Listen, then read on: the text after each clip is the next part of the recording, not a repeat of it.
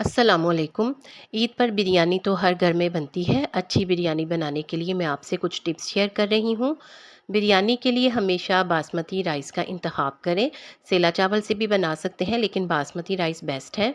बिरयानी के चावलों को हमेशा खुले पानी में पकाना चाहिए ताकि इसका तमाम स्टार्च अच्छी तरह से निकल जाए। इस तरह से चावल खिले खिले बनते हैं, नहीं तो अगर इसको कम पानी में बनाएंगे तो चावल जुड़ जाएंगे और जुड़े जुड़े बनेंगे। चावलों को ओवर कुक नहीं करना, हमने चावलों को उबालते हुए 75% तक इनको पकाना है। बिरयानी बनाने के लिए हमेशा खुले बर्तन का इस्तेमाल करना चाहिए, यानी जिसकी चौड़ाई ज़्यादा हो, और इसके अलावा बर्तन बर्तन नीचे से मोटे तले का भी होना चाहिए।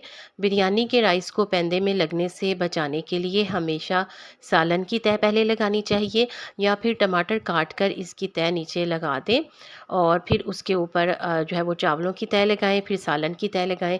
इस तरह से तह लगाते जाएं। बिरयानी का दम खोलने के फ़ौरन बाद ही इसमें चम्मच ना चलाएं, बल्कि 3 से 4 मिनट इंतज़ार करना चाहिए।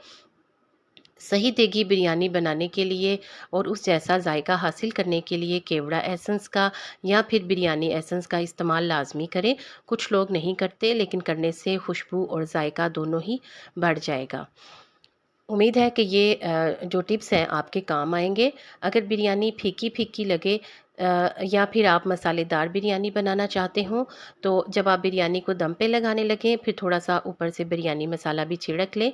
इस तरह बिरयानी मसालेदार बनेगी, स्पाइसी बनेगी और खाने में भी टेस्टी होगी।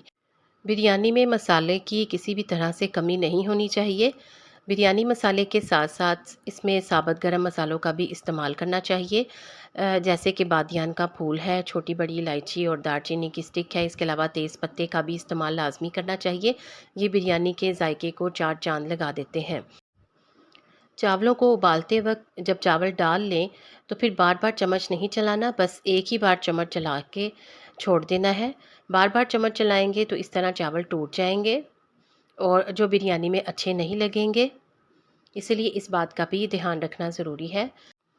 अगर आप ये चाहते हैं कि बिरयानी में चावल खिले खिले हों और हर दाना अलग अलग हो, पकाने के बाद भी अलग अलग लगे, तो फिर आपने चावलों को उबालते हुए 1 चम्मच नींबू का रस और 1 चम्मच इसमें ऑयल ज़रूर डाल देना है। इससे चावल अलहदा अलहदा बनेंगे, जुड़ेंगे नहीं। और बिरयानी के लिए जो कोरमा बनाया जाता है वो पूरी तरह से खुश्क नहीं होना चाहिए, उसमें हल्का सा पानी होना चाहिए, लेकिन ज़्यादा पानी भी नहीं होना चाहिए। इससे चावल ढीले बन जाते हैं और इसके अलावा बिरयानी का जायका भी ख़राब हो जाता है। ना तो वो देखने में अच्छे लगेंगे और ना ही खाने में।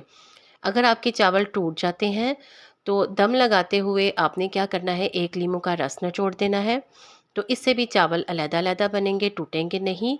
और या फिर अगर नींबू का रस ना हो तो आप 1 चम्मच सिरका भी डाल सकते हैं, इससे भी जायका अच्छा हो जाएगा। चावल का जब आप दम लगा लें तो दम खोलने के बाद चम्मच से चावल नहीं निकालने, बल्कि प्लेट से चावलों को निकालना है, जिस तरह के देग से निकालते हैं बिल्कुल इसी तरह से। इस तरह चावल टूटेंगे नहीं। बिरयानी के गोश्त को ज़्यादा भी नहीं पकाना। अगर ज़्यादा पका लेंगे तो वो बिरयानी में फैल जाएगा, जो ज़रा भी अच्छा नहीं लगेगा।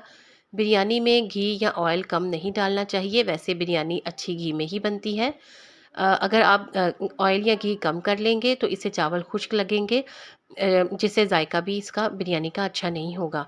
बिल्कुल देगी बिरयानी बनाने के लिए बिरयानी में ज़ाफ़रान या फिर फूड कलर लाज़मी डालें। इसके अलावा रेड फूड कलर का इस्तेमाल लाज़मी करें। इससे आपको पता है कि जायका तो अच्छा होगा बिरयानी का, लेकिन अगर प्रेजेंटेशन अच्छी नहीं होगी तो वो खाने की इश्तहा नहीं बढ़ाएगी।